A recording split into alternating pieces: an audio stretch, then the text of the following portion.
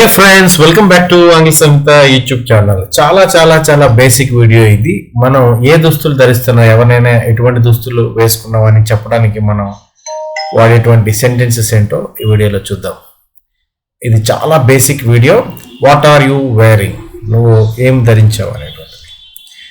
ఈ వీడియో ద్వారా మనం ఈ హెల్పింగ్ వర్బ్స్ అనేటువంటి ఈజ్, యామ్, ఆర్ ఇప్పుడు వాడాలో నేర్చుకుందాం.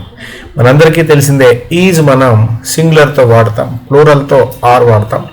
యామ్ అనేటువంటిది ఐతో వాడతాం. వేరింగ్ అనేటువంటిది మనం ప్రస్తుతానికి ఉన్నటువంటి పరిస్థితి కాబట్టి ఇది ప్రజెంట్ టెన్స్లో ఉంటుంది కాబట్టి మనం ఈజ్, యామ్, ఆర్ వాడతాం. పాస్ట్ టెన్స్ అయినట్లయితే వాజ్, వర్ వాడతాం. కాబట్టి ఒక 3-4 ఎగ్జాంపుల్స్ చూసి మనం వేసుకున్న బట్టలు ఏంటో ఎలా చెప్పాలో ఇంగ్లీష్లో చూద్దాం. ఐ యామ్, నా గురించి చెప్పేటప్పుడు ఐతో ఆల్వేస్ మనం యామ్ వాడతాం కాబట్టి ఐ యామ్ వేరింగ్ షర్ట్ అని, ఐ యామ్ వేరింగ్ ప్యాంట్స్ అని మనం చెప్పచ్చు.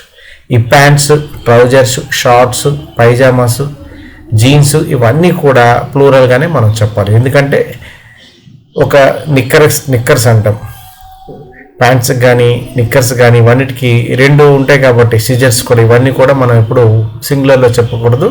సిజర్ అని, నిక్కర్ అని, ప్యాంట్ అని అనకూడదు. ప్యాంట్స్, జీన్స్, పైజామాస్ ఇలా అని చెప్పాలి. ఎదుటి వ్యక్తిని గురించి చెప్పేటప్పుడు మనం you are wearing, I dash wearing a red shirt. Very easy level. I am wearing a red shirt. She is wearing a blue dress. She is wearing a blue dress. He is wearing brown shoes.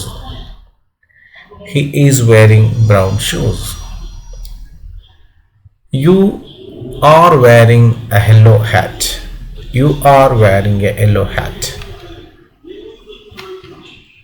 ఇలా మనం ఐతో పాటు yam, యూతో పాటు are, he, she మొదలకు వాడుతూ మనం is వాడతాం. ఇటువంటి